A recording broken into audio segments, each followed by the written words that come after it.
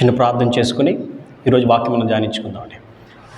మహోన్నతుడా, మహాపరిశుద్ధుడా తండ్రి, మీ ఆత్మ ద్వారా, మీ వాక్యం ద్వారా మీరే మాతో మాట్లాడవలసిందిగా, మమ్మల్ని ముందుకు నడిపించవలసిందిగా నజరేయుడైన యేసుక్రీస్తు వారితో పరిశుద్ధ నామంలో మిమ్మల్ని ప్రార్థించి బ్రతిమాలి వేడుకుంటున్నాము మా ప్రియ పరలోకపు తండ్రి. ఆమేన్. ఏమండి, ఈరోజు మన యొక్క వాక్యాంశంలోకి వెళ్ళే ముందుగా మీతో ఒక ఉపమానం చెప్పాలని ఇష్టపడుతున్నాను. శ్రద్ధగా ఆ ఉపమానం మీరు వినాల్సిందిగా నేను కోరుతున్నానండి. దాని తదుపరి మనం వాక్యాంశంలోకి మనం వెళ్దాం. ఆ ఉపమానం ఏంటంటే, ఇద్దరు వ్యక్తులు లేదా ఒక చోట పనిచేసే ఇద్దరు కొలీగ్స్ వారి మధ్య జరిగినటువంటి ఒక సంభాషణ అండి. ముందుగా అందులో ఒక ఆయన విశ్వాసి, అంటే యేసుక్రీస్తు ప్రభువుని నిజరక్షకునిగా అంగీకరించాడు. మరి క్రీస్తును మాత్రము ఆయన వెంబడిస్తున్నాడు. మరొక వ్యక్తి మరి క్రీస్తుని ఎరుగని వాడు అన్యుడండి. ఆయనకు నచ్చినటువంటి ఆయన విశ్వాసంలో ఆయన కొనసాగుతూ ఉన్నాడు. మరి ఎవరైతే ఈ యొక్క బిలీవర్ ఎవరైతే ఉన్నారో, యేసు ప్రభువుని నమ్ముకునే వ్యక్తి ఎవరైతే ఉన్నారో, ఆయన అక్కడ వర్క్ అయిపోయిన తర్వాత తన ఇంటికి వెళ్ళే దారిలో ఎంతో కొంతమందికైనా దేవుని సువార్తను ప్రకటించి వెళ్ళడం ఆయన అలవాటుగా చేసుకున్నాడండి. ఒకరోజు మరి ఈ కొలీగ్ ఎవరైతే నాన్ క్రిస్టియన్ లేదా నాన్ బిలీవర్ ఎవరైతే ఉన్నారో, ఒకరోజు ఆయన చూశారు ఇలా దేవుని సువార్తను ప్రకటించడం.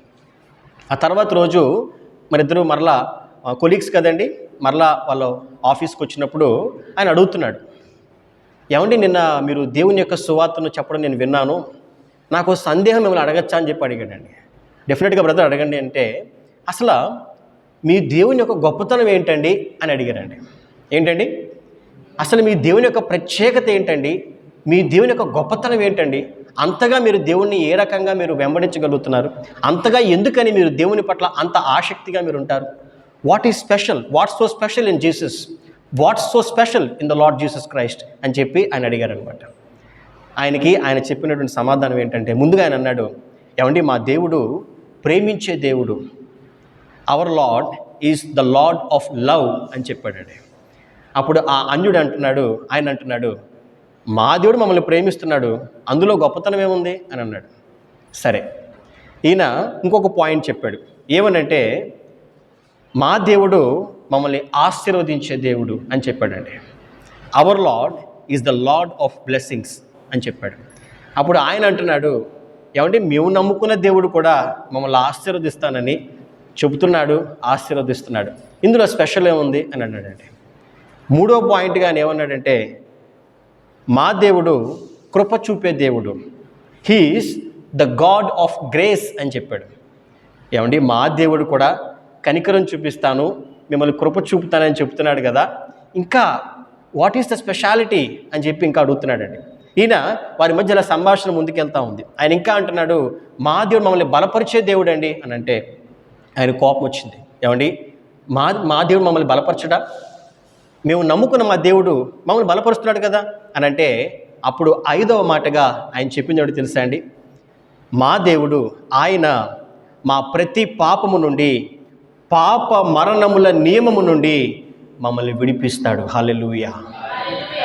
ఎప్పుడైతే ఈ మాట ఈయన చెప్పాడో, అవతల పక్క నుంచి ఎలాంటి సమాధానం కానీ ఎలాంటి బదులు కానీ రాలేదండి. ఏ మాటకండి, మా దేవుడు మా ప్రతి పాపము నుండి, పాప మరణముల నియమము నుండి మమ్మల్ని విడిపించే దేవుడు అని చెప్పాడు. అంటే setting us free from the law of sin and the law of death. ఆ మాట మనం బైబిల్ చదువుకుందాం. రోమాపత్రిక 8వ అధ్యాయము 2వ వాక్యాన్ని మనం చదువుకుందాం. క్రీస్తు యేసునందు జీవమునిచ్చు ఆత్మ యొక్క నియమము పాప మరణముల నియమము నుండి నన్ను విడిపించెను. ఏమండి, క్రీస్తు యేసునందు జీవమునిచ్చు ఆత్మ యొక్క నియమము, the law of spirit, the law of God's spirit, అది పాప మరణముల నియమము నుండి నన్ను విడిపించను అని చెప్పి ఇక్కడ వాక్యంలో రాయబడిందండి. రోమాపత్రిక 8వ అధ్యాయము 2వ వచనంలో. ఈ రీతిగా ఎప్పుడైతే ఆయన మాట్లాడాడో, ఆయన మాట్లాడినటువంటి ఆ మాటను బట్టి ఆయన బదులు ఏమీ మాట్లాడలేకపోయాడండి. ఆ తర్వాత కాసేపటికి ఆయన అడిగాడు, ఏంటి మీ దేవుడు మిమ్మల్ని పాప నియమము నుండి విడిపిస్తాడా? From the law of sin and the law of death, పాప మరణముల నియమము నుండి మిమ్మల్ని మీ దేవుడు విడిపిస్తాడా? ఎలాగండి? హౌ ఇట్ ఈస్ పాసిబుల్ అని చెప్పి ఆయన అడుగుతాడు. అప్పుడు ఆయన అంటాడు, yes it is possible, everything is possible in our Lord Jesus Christ. Yesu Kristu ప్రభు ఈ భూమి మీద ఉన్న సమస్త మానవాళి యొక్క పాప పరిహారార్థము ఆయన కల్వరి శిలువపై రక్తం కార్చి మా కొరకు ఆయన మరణించాడు అనే వాక్యం ఆయన చెప్పాడు. హల్లెలూయా, హల్లెలూయా.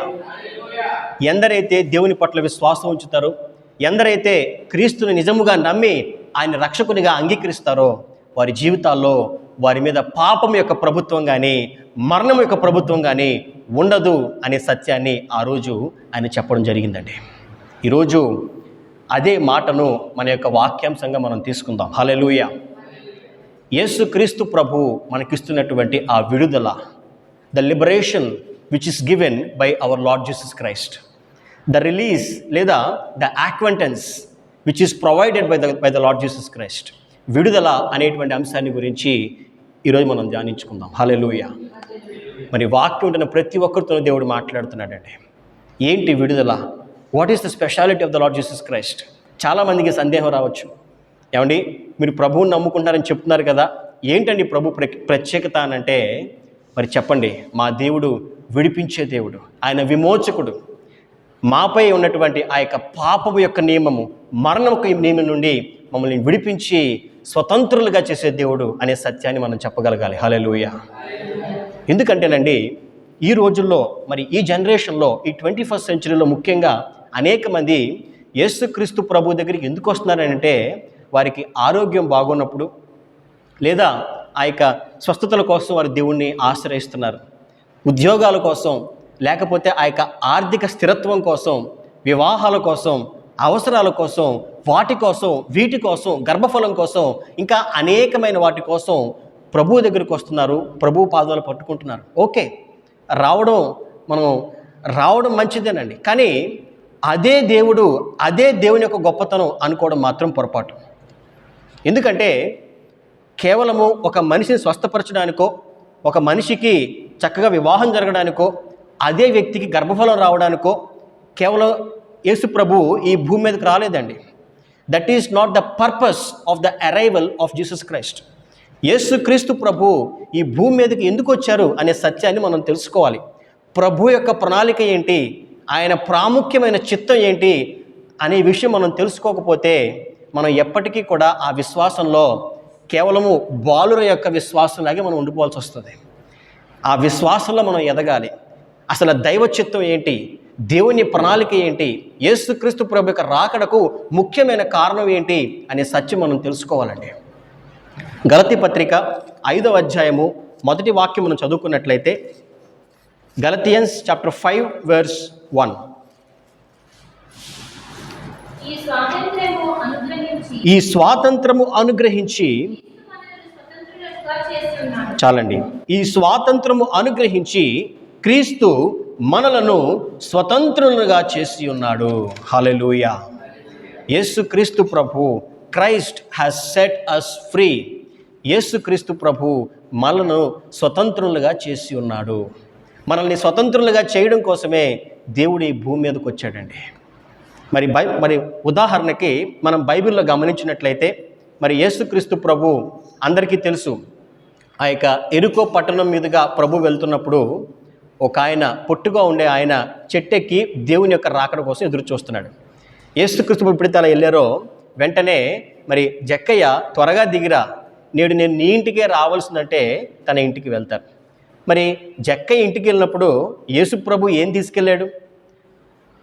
2 బ్యాగులతో బంగారం వెండి నాణాలు తీసుకెళ్ళాడా?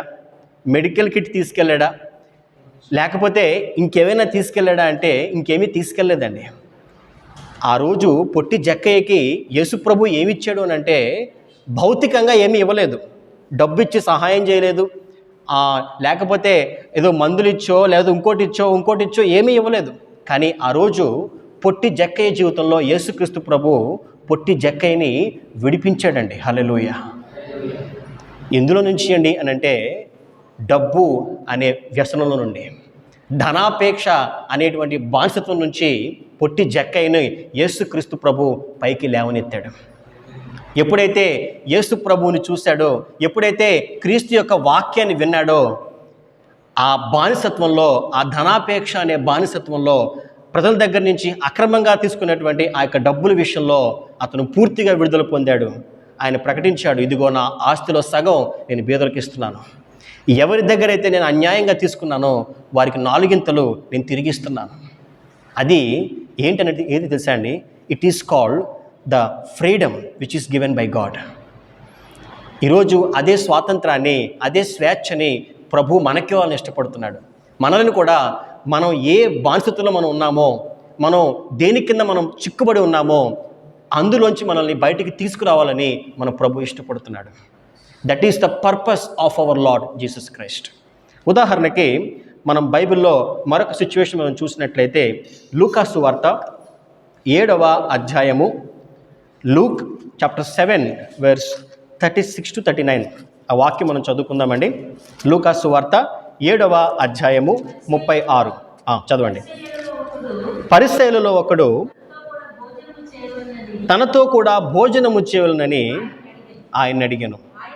ఆయన ఆ పరిసయ్యుని ఇంటికి వెళ్ళి భోజన పంక్తిని కూర్చుండగా ఆ ఊరిలో ఉన్న పాపాత్ములైన ఒక స్త్రీ యేసు పరిసయ్యుని ఇంట భోజనమునకు కూర్చున్నాడని తెలుసుకుని ఒక బుడ్డిలో అత్తరు తీసుకొని వచ్చి వెనుక తట్టు ఆయన పాదముల యొద్ద నిలువబడి ఏడ్చుచు కన్నీళ్లతో ఆయన పాదములను తడిపి తన తల వెంట్రుకలతో తుడిచి ఆయన పాదములను ముద్దు పెట్టుకొని ఆ అత్తరు వాటికి పూసెను.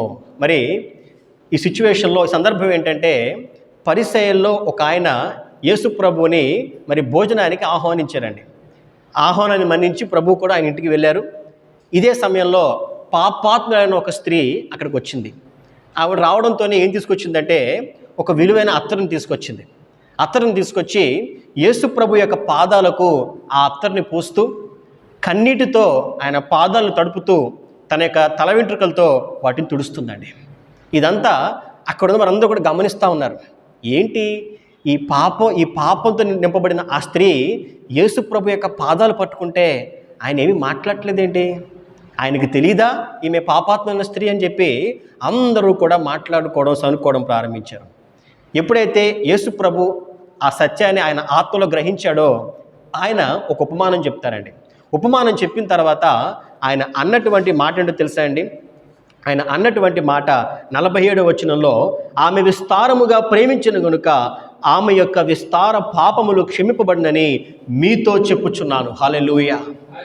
ఏమండి, యేసు ప్రభు ఆమెకి ఏమిచ్చాడండి?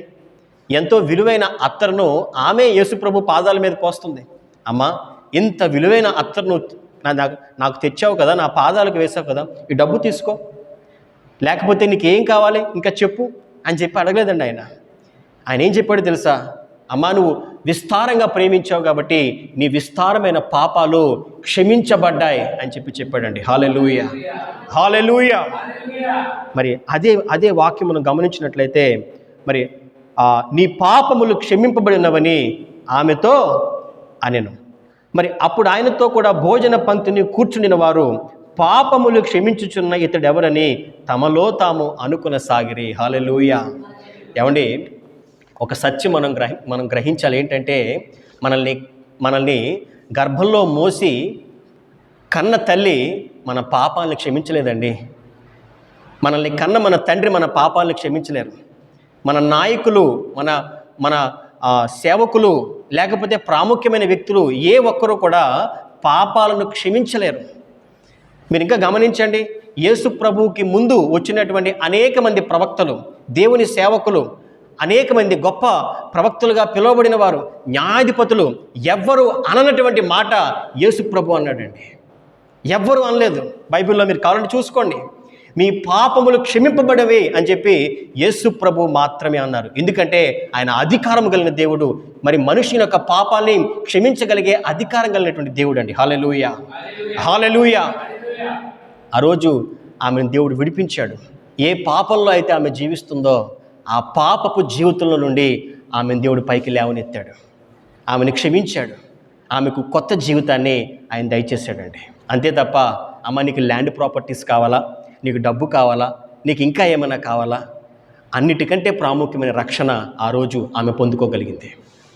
మరొక విషయం మనం చూసినట్లయితే మరొక సిచ్యువేషన్లో లూకాసు వార్త 5వ అధ్యాయము 18వ వాక్యం మనం చదువుకున్నట్లయితే, లూకాసు వార్త 5వ అధ్యాయము 18వ వాక్యం అండి.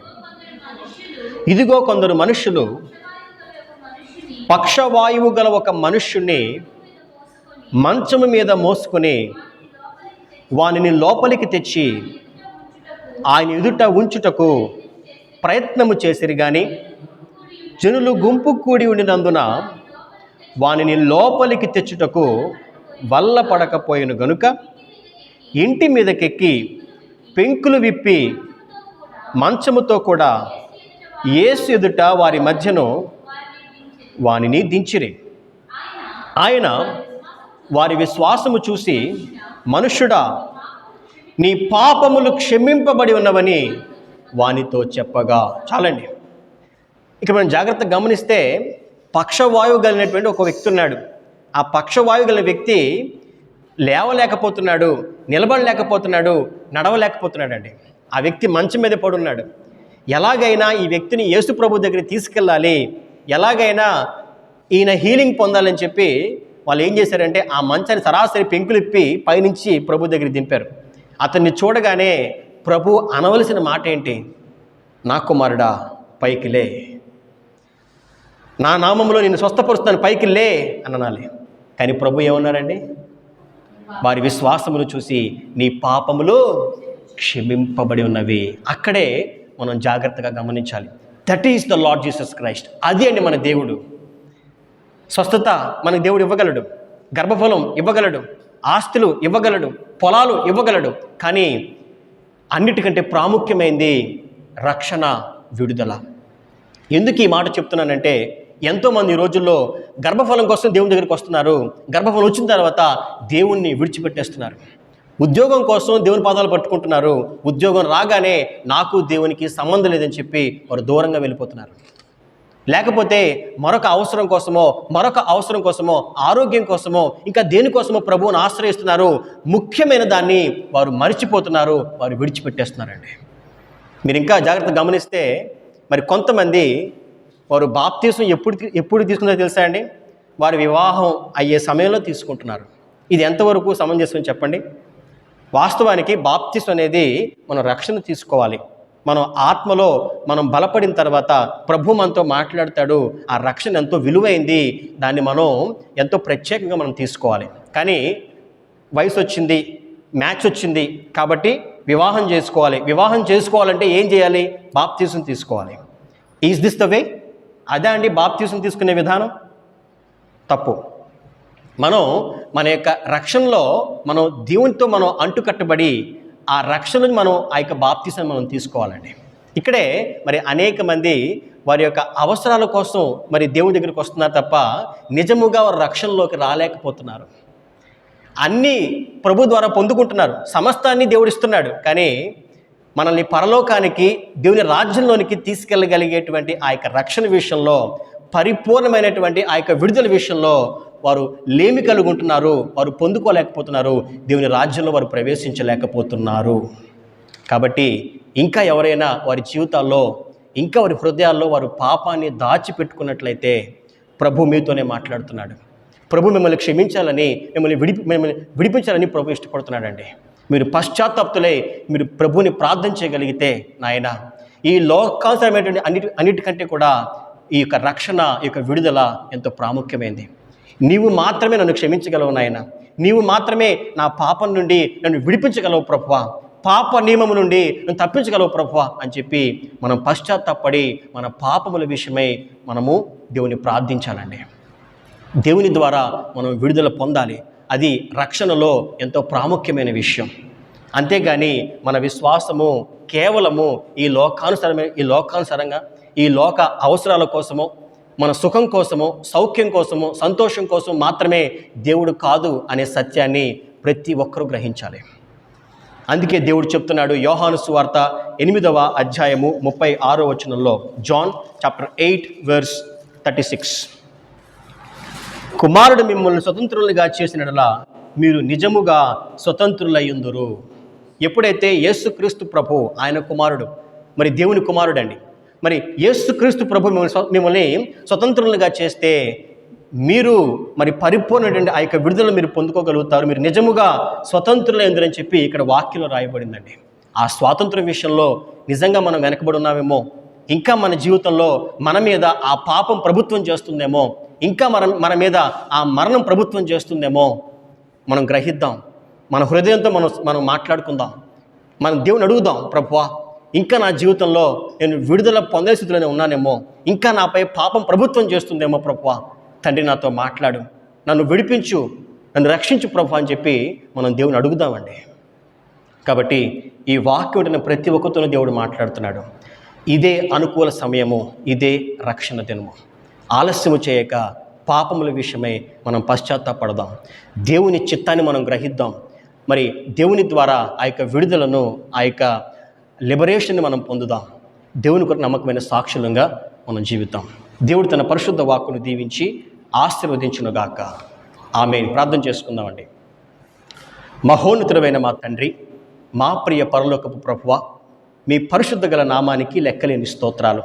తండ్రి, మీరు మాతో మాట్లాడిన ప్రతి మాటను మా హృదయమును పలక మీద రాసుకోవడానికి మాకు సహాయం అనుగ్రహించండి. తండ్రి, ఈ లోకానుసారంగా మాకు ఎన్నో అక్కరలు, ఎన్నో లోటుబాట్లు, ఎన్నో అవసరాలు కావాలి ప్రభువా. వాటి విషయమే మేము ప్రార్థిస్తున్నాము నాయన. కానీ అంతకంటే ప్రాముఖ్యమైంది, అంతకంటే ముఖ్యమైనది మీ రక్షణ అనే సత్యాన్ని మేము గ్రహించులాగా మాకు సహాయం అనుగ్రహించండి. తండ్రి, మేము ఆత్మలో రక్షింపబడి బాప్తిస్మం పొంది మరి నిజదేవుడైనటువంటి మిమ్మల్ని ఆరాధించడానికి, మీ కొరకు నమ్మకంగా జీవించడానికి మా అందరికీ సహాయం దయచేయవలసిందిగా మిమ్మల్ని ప్రార్థిస్తున్నాం తండ్రి. మరి ఆన్లైన్ ద్వారా వాక్యం విన్నవారు, ఇంకా రక్షణ పొందని వారు, ఇంకా మరి బాప్తిస్మం విషయంలో ఆలస్యం చేస్తున్నవారు, పాపములు ఒప్పుకునే విషయంలో ఆలస్యం చేస్తున్నవారు, మరి దేవుని ద్వారా ఇంకా విడుదల పొందని వారు నాయన, వారందరి కోసం ప్రార్థిస్తున్నాను నాయన. తండ్రి, అందరినీ విడిపించండి, అందరినీ సంరక్షించండి. అందరి మీదకి ప్రభువా మీ యొక్క స్వాతంత్రాన్ని వారికి అనుగ్రహించండి తండ్రి. నజరేయుడైన యేసుక్రీస్తు అతి పరిశుద్ధ నామంలో మిమ్మల్ని ప్రార్థించి బ్రతిమాలి వేడుకుంటున్నాము మా ప్రియ పరలోకపు తండ్రి. ఆమేన్, ఆమేన్, ఆమేన్. అందరికీ వందనాలండి.